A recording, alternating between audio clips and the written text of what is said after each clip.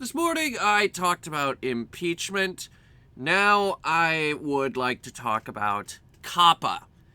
Coppa is the Children's Online Privacy Protection Act, or Children of Pissy Parents Act, as I will lovingly call it forever.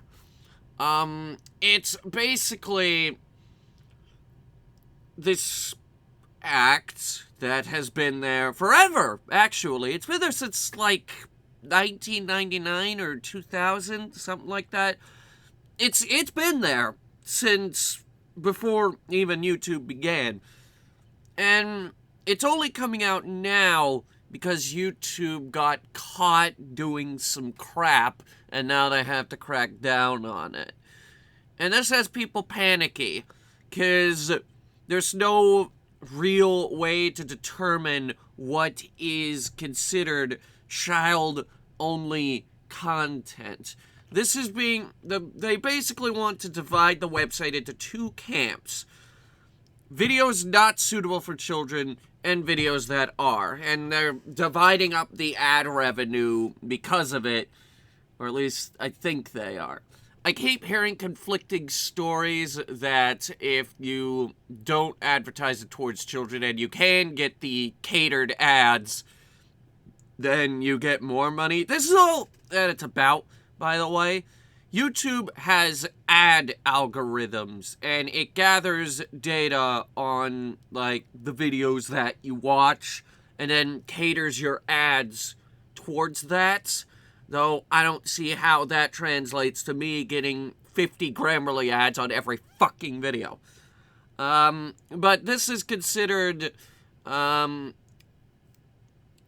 gathering, which violates the Children of Pissy Parents Act, which that's not good. Now, let me just go on record and say that this is not intended to be a weapon against us. It's not intended to hurt us. I believe that the Children of Pissy Parents Act is... It was created with good intentions, but now, much like everything else, it's hurting us.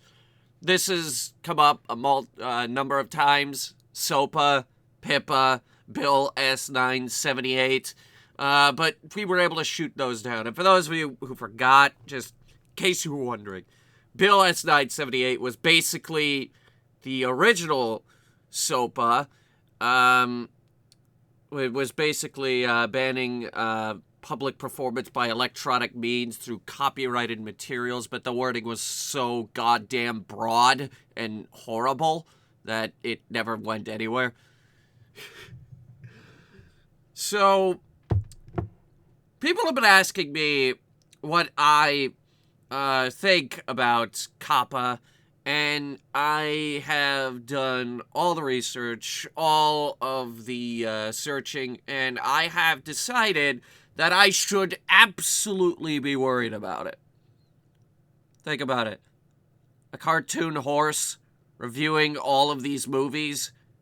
Letting go of the fact that I review a ton of adult movies, the amazing bulk is, I think it's supposed to be a porno, honestly.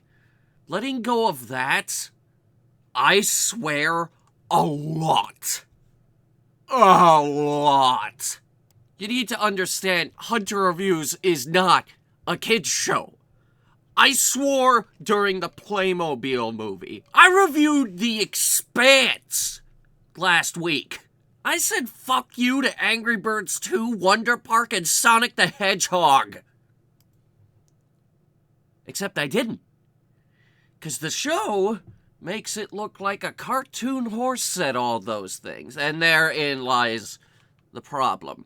Now, I'm not getting rid of Hunter Reviews. It's our best show, hands down. And I love doing Hunter Reviews for you guys. And the Star Wars review, we're already lined up to start work on the Star Wars review. We just need the movie to come out. But the problem with Coppa and the people in charge of all of this stuff, I don't think people realize that adults watch cartoons now. a lot of adults watch cartoons now. That is to say, people seem to have forgotten Family Guy, Futurama, what was it, Final Space, Bravest Warriors. Bravest Warriors got dark, oh my god. Rick and Morty. Rick and Morty is a huge one right now. And let's not forget, anime. Basically every anime. From this perspective, Headhunter Productions is in a huge gray area. I like to think that our stuff is for the general public. I don't discriminate who watches the videos. Hey, if you're 8 years old and you're watching our stuff, that's fine.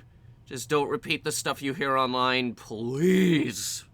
I don't know what has gotten into the younger generations recently, but the mouth on some of you. Oh my god.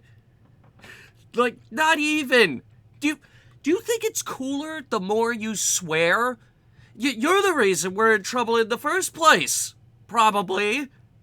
Okay, it's you guys and moms complaining. That's why it's called the Children of Pissy Parents Act, because kids are way into tech right now. Like, that, I see it all the time, that just kids with their eyes buried in a cell phone, in a smartphone, watching YouTube videos or playing some kind of game. They're all over this tech stuff.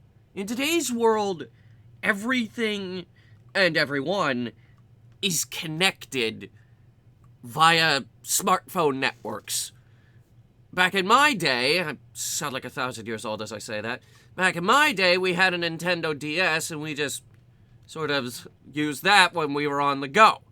Nowadays, everything is on a cell phone. And I think people are sort of starting to realize that, and that's why this is sort of coming out now. But it's mostly coming out because YouTube got caught doing something shitty. Anyway, YouTube has given us two options. We can either label our stuff as made for kids or not made for kids. Now, YouTube has said that general audience content is intended for 13 years or older. So if you create content that is targeted to a general audience, you can set your audience as not made for kids. A video isn't necessarily made for kids just because it's safe or appropriate for everyone to watch. This is not going to help, and here's why. Because everyone has the option to lie about their age on the internet. Steam, for example, if you go to click on a rated M game in the Steam store, they are legally required to ask for your age. Now, I normally don't have time to actually enter my actual birth date, so I basically just have it set to January 1st, 1988 or something. I don't know, I scroll down and pick the first number past 1994. Technically, I'm lying, but any kid can go on the internet and the internet will ask, hey, are you 18? Are you old enough to watch this? And they can just be like, yeah, I am. And they'll get away with it. They'll get away with it because that's all you can do. All you can do is ask for somebody's age. You can't ask for an ID because then you're basically doxing yourself on the internet. It's kind of illegal. So there's no real way to enforce this kind of thing unless you put parental controls on your phone or your computer, which I don't know a single person who does, so yeah. Doesn't help that they make those incredibly complicated to use, and parents nowadays just seem to be so technologically inept. Not only that, but more often than not, parental controls try not to be too invasive, so they don't really help, like, at all. So naturally, they've decided it's up to us to moderate our own content. Now, I don't believe that we should be babysitters for your freaking kids who are whining in the car, so you just hand them a smartphone so they can watch YouTube or something. At that point, it's out of our hands, because they could click on any number of videos in any genre, and the fact that they're clicking on something that's inappropriate, that's on you. Alright? I'm sick and tired of parents not parenting, because that seems to be just what happens 75 to 80% of the time when stuff like this happens. Actually, it's more like 95% of the time, but that's just what it feels like. But that's why it's called the Children of Pissy Parents Act. They're pissy because they heard something on the internet, and they're deciding, oh, well, our kids shouldn't be exposed to this kind of thing. We should sue. This recently happened. I think a bunch of parents just sued TikTok, which is a website. I have no idea where that came from. They just sued TikTok they settled for $1.1 million. I didn't even read into it. That's just what the article said. But that's TikTok. YouTube is handling this in a very bad way because a ton of content on this platform is in the gray area. Now, they say that, if it's in the gray area, just label it as not for kids, but then we're taking a huge ad cut, because I like to consider this a channel for everybody. I don't want to push anybody out. I think it's more that second one. I don't want to push anybody out. I want this to be an accessible platform for everyone. I want everybody to be able to enjoy our content. And it even the gaming channel. Even the gaming channel's at risk here, because we once did a playthrough of Barbie Horse Adventure. There was swearing like a fucking sailor in that series. On Barbie Horse Adventure. I swear a lot on both channels. It's not good. It's not good. And the fact that we have to pick between one of these two options does not make it simple. It makes it incredibly complicated. And here's another problem.